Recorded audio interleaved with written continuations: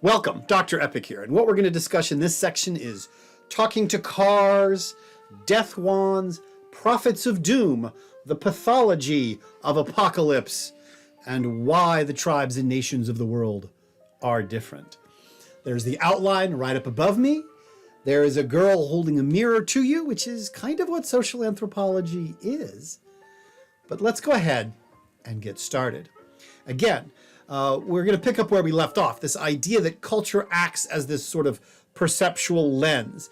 It imposes meaning on an objective world because humans do not observe the world as it objectively exists. We observe the world as we subjectively perceive it to be. We don't look at something and think lines and circles. We look at something, our culture imposes meaning on that, and then instantly we think symbol, we think man, we think bathroom. We look at all of these things. We look at the Statue of Liberty and we think not pile of metal. We think freedom, liberty, immigration, New York City. And we do this automatically and without thinking about it. And this is why we often attempt to socially interact with non-living objects. Who names their car? I think a lot of people name their car. I named my car. It was called the Thunder Chicken. It was an old Ford Thunderbird. It did not run very well. And I talked to my car on a regular basis. I would get in there, put the key in the ignition, and then I would carefully say soothing words to Thunder Chicken. I would say, okay, Thunder Chicken. I would rub the steering wheel. Okay, Thunder Chicken, you are a good car. You are such a good car. You're such a good car. I am going to turn this key in the ignition, and you are such a good car that you're going to start. You're not going to sputter. You're not going to cough. You're not going to go chicka chicka and then die. I'm just going to turn the key, and the car is going to start. I'm going to drive to work, and I'm not going to be late. And then I would turn the key. What am I doing? I'm trying to socially manipulate what is objectively, a car. A ton of metal and rubber and plastic. It makes no sense. It makes no rational sense. But we do this all the time. We talk to cars to get them to do what we want. We're trying to socially negotiate with a non-living object because that's the way our brains work. And there's lots of examples of this. I mean, there's the USS Enterprise. There she is on the left. All ships are not only named, they're gendered. The Enterprise, she is a good ship. Even ships with male names, the USS Ronald Reagan, she's a good ship. All ships are not only named, they are gendered. And they are often spoken about by sailors as living things. And we do this all the time. Why exactly do we name mountains? We could just give them numbers, but we don't. We give them names. We name rivers.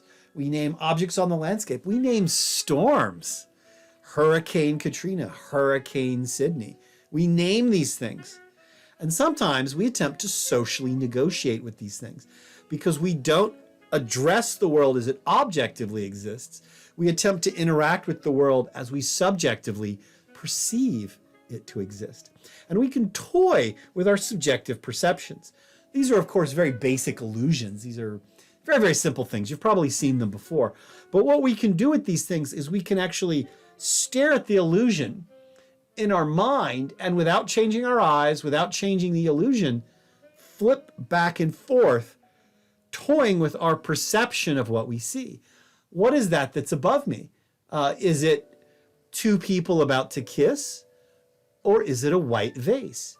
And you can stare at this thing, and just by flipping the perception in your mind, you can go back and forth. Vase, two people. Vase, two people. Or the illusion on the left. Is that a young woman turning her head away from you with a feather in her head? Or is it an old woman tucking her chin into her chest? And again, you can stare at it and you can flip back and forth. Young woman, old woman. Young woman, old woman. Which perception is correct? They are both correct. And you can just change your perception to see what they are. All right, what is that up above? Is it silhouettes of people having a conversation? Or is it the supports of a staircase? And again, you can just, doing nothing but flipping a switch in your brain, you can go back and forth between the two. All right, we've seen this before. What is that? Well, that is, of course, the Statue of Liberty, thing I mentioned just a second ago. But what is it objectively? If we perceive the world objectively, what is it? It's a pile of metal. It's a bunch of copper wrapped around a steel frame. And that's all it is, objectively. Subjectively, what is it? Well, it's Liberty enlightening the world. That's the formal name for the sculpture. It's Lady Liberty. It's freedom. She was a gift from the French, so it's a symbol of eternal alliance between the United States and France. It's supposed to be holding the torch of liberty, of freedom. A lot of immigrants saw it for the first time when they went into New York, so it's often become associated with immigration. And, you know, you see it and you immediately think New York as well. Just like the white vase or the two people kissing, all of these subjective interpretations are layered on what is objectively a pile of metal. And all of these subjective perceptions can exist simultaneously. Yeah. Oh. What is this? Okay. I want you to write these questions down in your notebook, and I want you to answer them in your notebook, because I'm not going to answer them. What is this? What is this thing that this guy is holding right up above me, above my little yellow box? What is it objectively? Stripped of all cultural meaning, what is that objectively? And then, what is it subjectively? And don't stop at one. You can come up with 2 or 3 different subjective interpretations for what he's holding. Pause the video and write them down. And this is how humans operate. If a group of people believe in an accessible, vibrant spirit realm, they will act accordingly. If they believe in the intervention of powerful ancestor spirits, they will take the reactions of those ancestor spirits into account in their daily lives. If a group of people believes that there's a godlike figure sitting on top of a mountain, if there's an inaccessible, omnipotent patriarch on the top of Mount Olympus, they will take his commands as a central guiding force in their lives and actions. The objective reality of their belief system doesn't really matter. What matters is the effect it has on them, and the effect it has on you, and the effect it has on me. And to have these subjective perceptions is merely an acknowledgement of your humanity. All humans do this.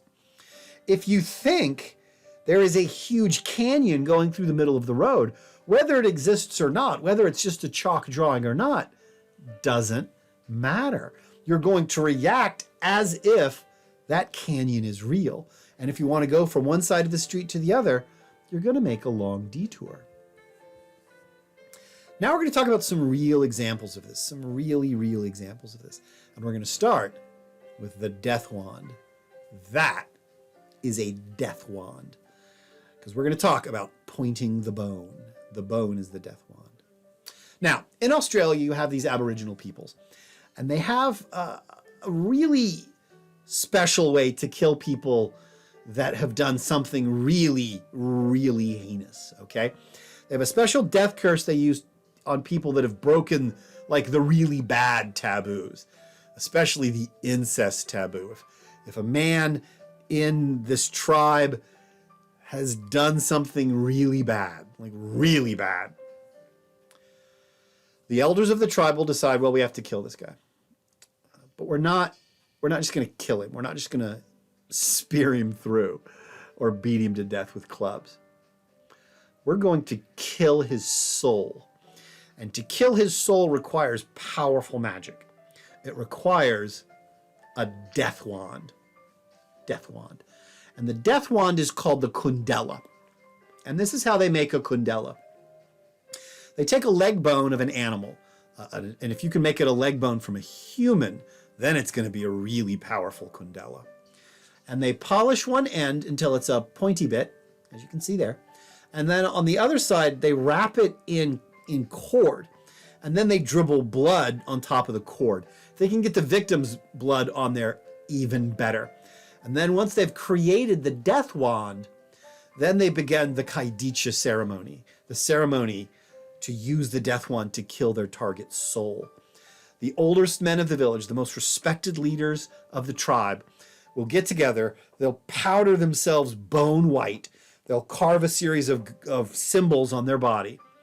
Then they'll gather together, and they have become the Kadicha men, the people that are the soul killers. They're going to kill this person's soul. And they'll start chanting this high-pitched, eerie chant, and they're stamping with their feet, and they line up. And the person in the front of the line is holding the kundela. And they'll begin chanting and making their way through the camp towards the person whose soul they're going to kill.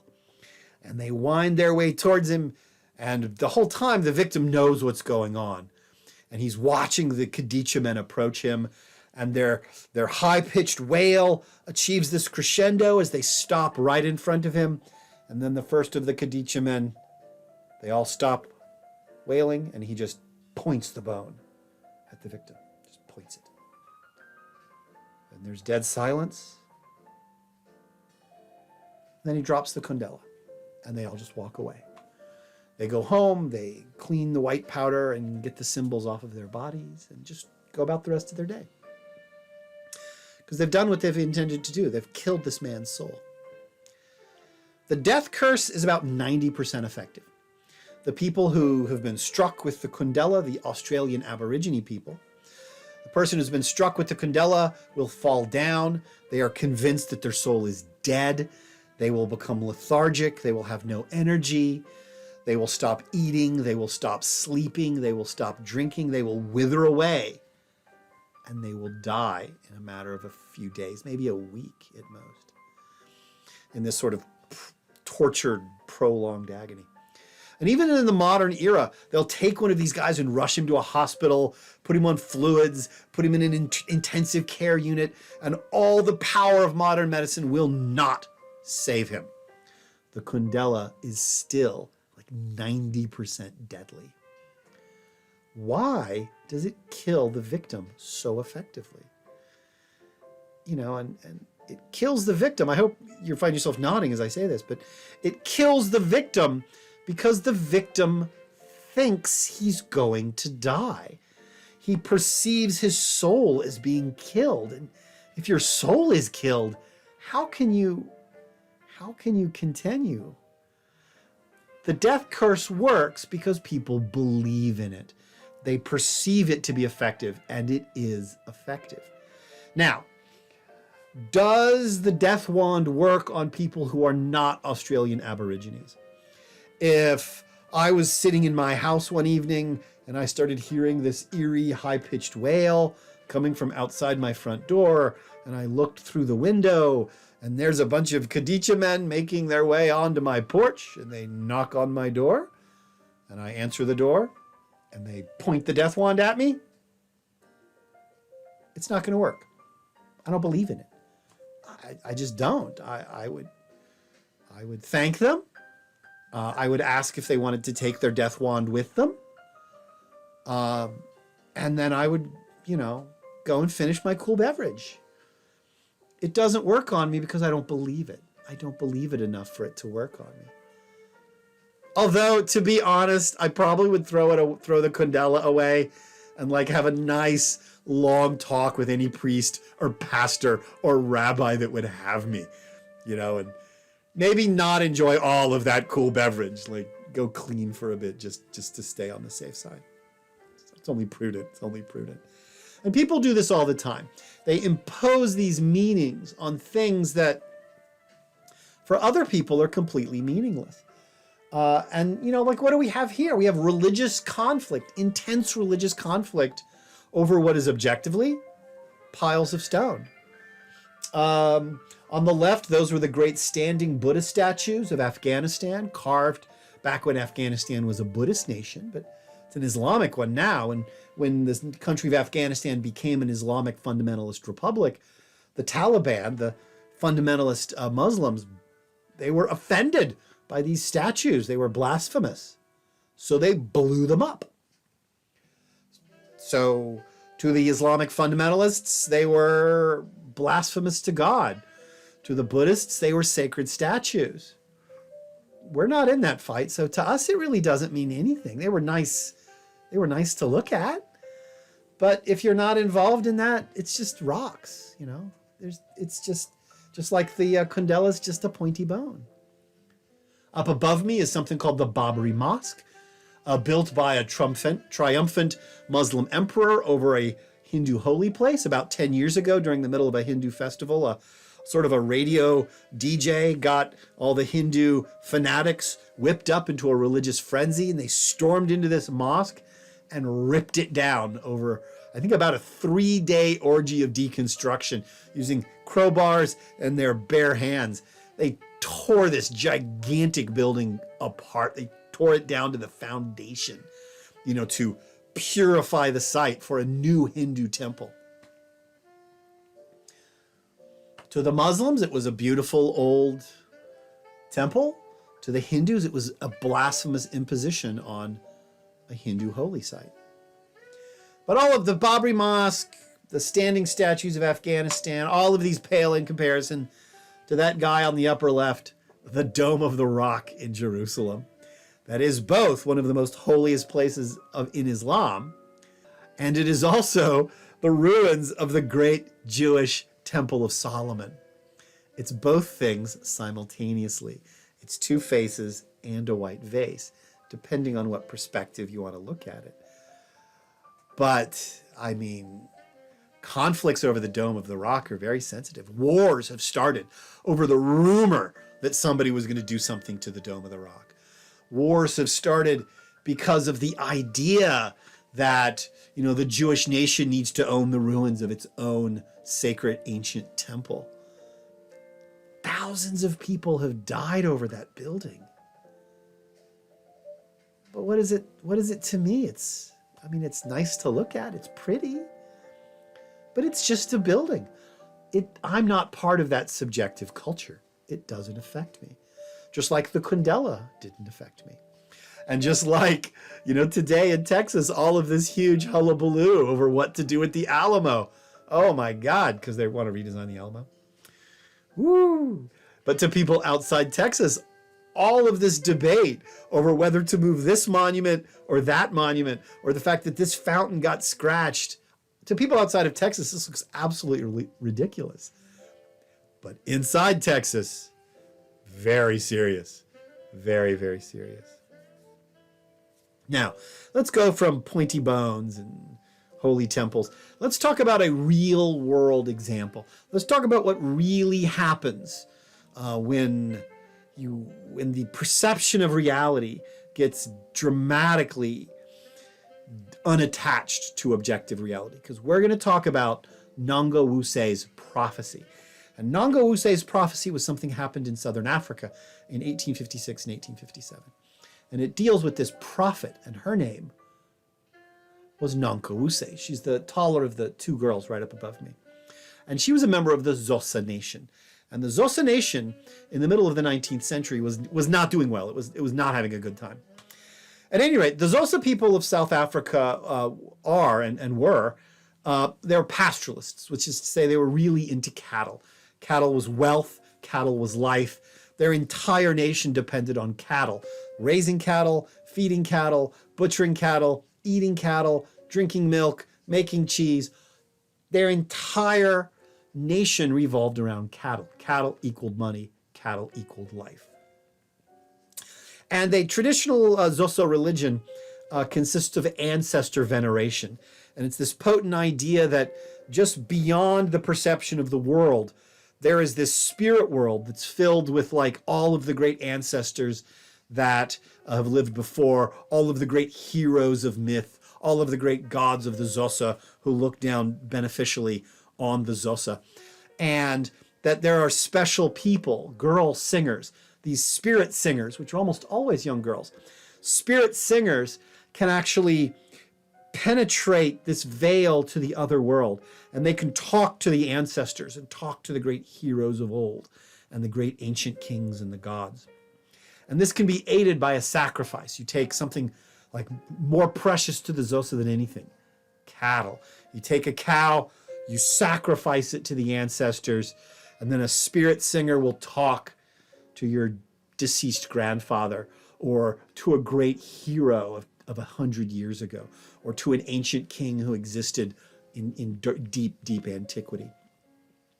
And there's also have that click language that was in the linguistics portion of the class.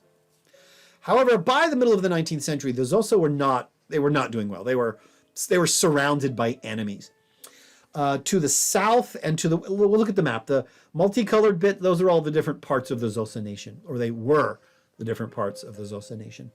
To the south and the west, the Xhosa were being pressured by the ever-growing British Empire, based in the colony of South Africa.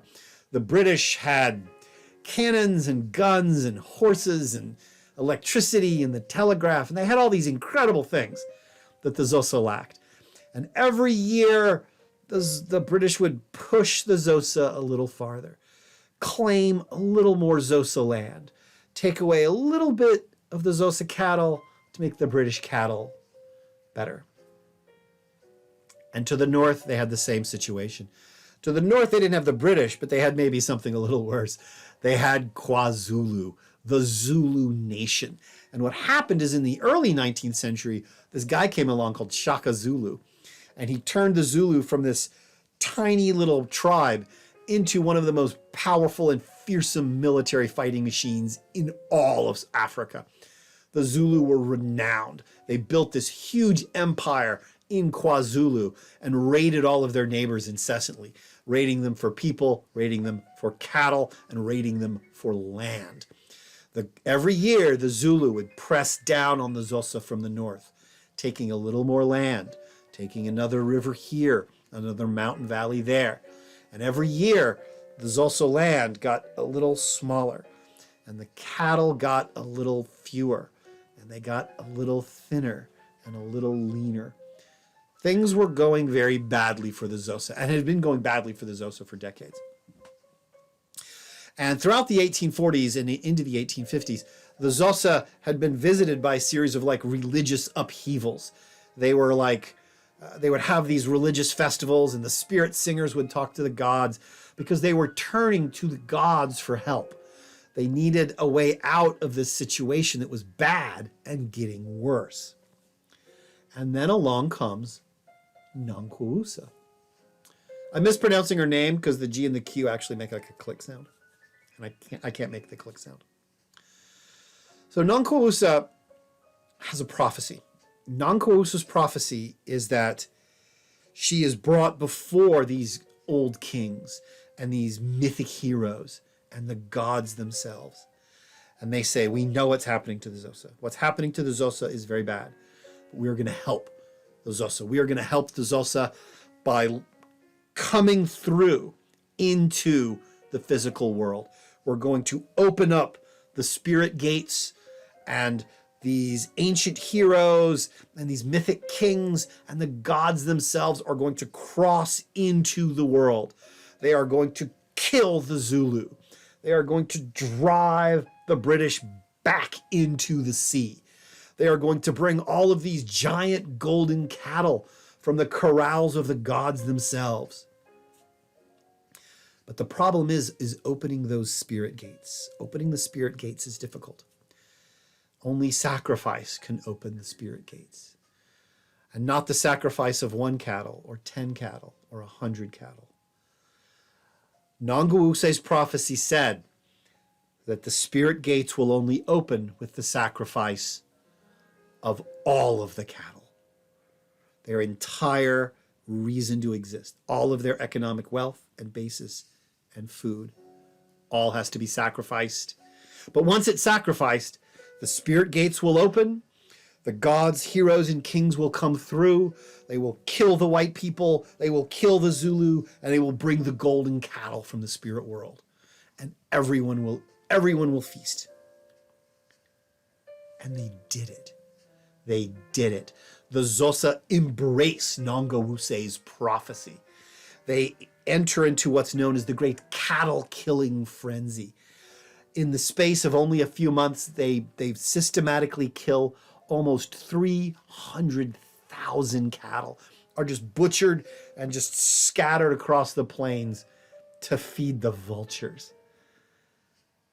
And you know what happens next, which nothing happened next. The spirit world did not come through. The spirit gates did not open.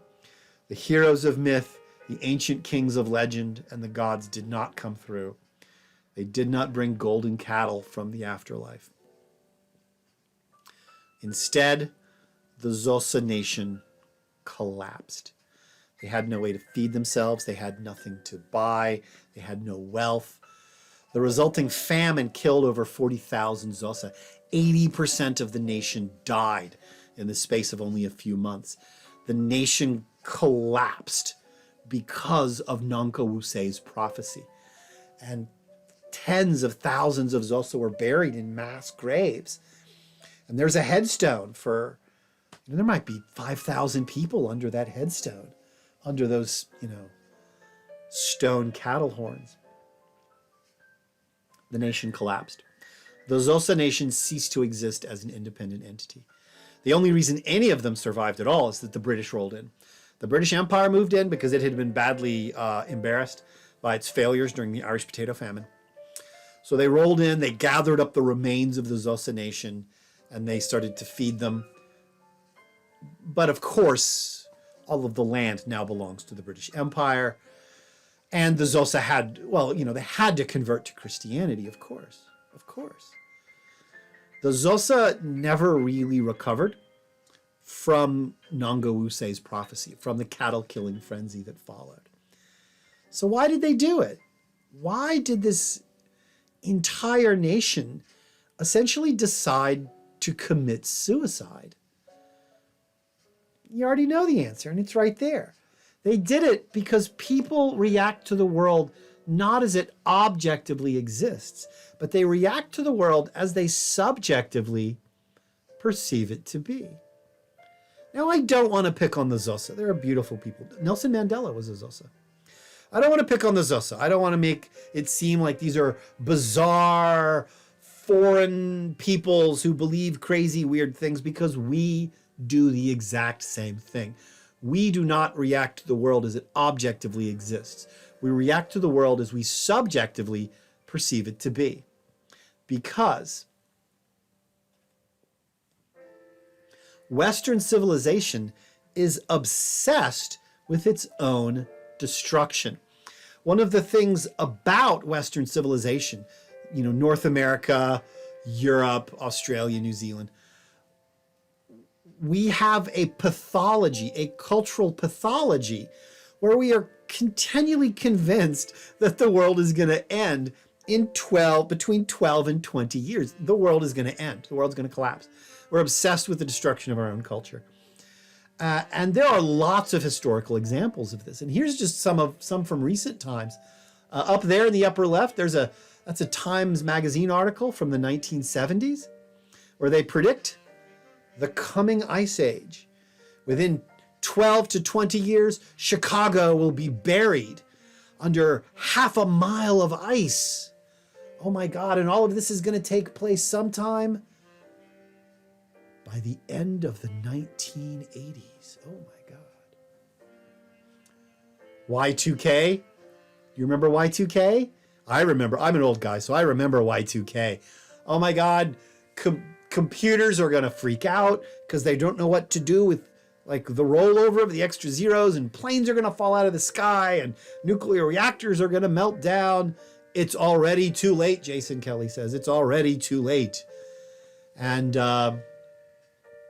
they were talking about this, they were not even the ice age had ended. The proposed ice age evaporated, and they started talking about Y2K, and nothing happened. Nothing happened on Y2K. Nothing happened. I got wet on Y2K. That's because I was standing outside. It was my job as a bouncer. The Maya apocalypse. Oh my God. Right after Y2K comes the Maya apocalypse. End of the world is going to come in 2012. The Maya calendar ends. The Maya predicted the end of the world. Oh my God. Except they didn't actually ask the Maya themselves. The Maya, we're going to meet the Maya in just a tick. The Maya actually do not have a concept of the apocalypse. The Maya believe that the world is eternal and cyclical and that the past and the future are the same thing and they all come forth in the present. But I'll get to that later. The Maya have this like really kind of cool concept of time. The Maya apocalypse did not happen. The world did not end in 2012. The Maya never predicted it ending. The world was fine. Oh my God. Al Gore and Inconvenient Truth. Inconvenient Truth came out in, I believe, 2006? Around 2006. And it predicted, oh my God, killer hurricanes. We're going to have like 4 to 7 killer Katrina-style hurricanes every year. Oh my God, the polar ice caps are going to melt. By the year 2015, New York will be under 40 feet of water. By 2015, oh my God. And instead of 4 to 7 massive killer hurricanes every year, we've had none. There have been no hurricanes like Hurricane Katrina since Hurricane Katrina. Yeah, the world was going to end, according to Al Gore, and it didn't. Every major prediction in Inconvenient Truth was wrong. Oh my God, we're going to run out of oil. We're going to run out of oil. The end of oil. This was a concept called peak oil that started floating around like 2010. And it said we're going to run out of oil and civilization's going to collapse in 12 to 20 years. We've already sucked all of the easy to get oil out of the ground, and gas is going to be more and more expensive every year, and all of our great machines are going to slowly slow down and then eventually stop because there's no more oil. The economy is going to collapse. People are going to be eating babies. It's crazy. It's the end of the world. And no, they discover a couple new technologies, and oil is as cheap as oil's cheaper now than it has been for 20 years. We got plenty of oil. It's going to last forever. No, it's going to last a really long time. None of those predictions came true. And I could even go farther than the 1970s. Around 1900, the world was convinced we're going to run out of coal. Oh my God, we're going to run out of coal. We got plenty of coal, and we don't even use most of the coal we have. In the 1930s and 40s, it was aerial bombardment. These huge bombers are just going to drop bombs from the air, and they're going to reduce civilization to a smoking ruin. Oh my God, never happened. In the 1950s and 60s, atomic apocalypse. Nuclear war was going to kill us all in 12 to 20 years. Western civilization is obsessed with its own destruction. We have this pathology of apocalypse. We always think the world is going to end in 12 to 20 years. And here are our latest doomsayers. Oh my God. It's the end of the world. Jesus is going to come back in only about 12 years. Oh my God. In 2032, Jesus is going to come back. Book of Revelations, the beast is going to rise from the ocean. It's going to be the rapture. World's going to end. Oh my God, Extinction Rebellion, climate change. We have only 12 years to save the earth before we are all killed. The earth is going to kill us all. The earth will be fine. I can pretty much guarantee that we will still be here in 12 to 20 years. And you know what? If the world ends and we are all running around a post-apocalyptic nightmare, find me and I'll say you were right and I was wrong and I'll buy you a Coke. But no, we should look out for this. We should beware. Beware of doomsayers. The world will be fine in 12 to 20 years. And remember, when anybody starts trying to tell you about the end of the world, remember Nanga Wuse's prophecy and ask them, what will this cost? Because there's no need for national suicide. But why is this? Why is Western civilization obsessed with its own decline? Now, Arthur Herman tackled this idea in a book called The Idea of Decline in Western History. It's a very good book. And what Arthur Herman argued is that basically this obsession with collapse and apocalypse goes hand in hand with our idea of progress. That Western civilization has this idea where every year should be a little bit better than the year before us. And every year gets a little better. And that we are continually progressing towards some sort of incredible utopia. But the flip side of believing in continual progress is the idea that you can fail. That instead of progressing a little bit and every year being a little bit better than the year before it, you can stall out, you can plateau. And you can start making every year getting a little worse than the previous year. It's the same logic. And he takes the idea all the way back to the Enlightenment. He takes the idea all the way back to Rousseau and Marx and throws in a good spice of biblical quotes just for giggles.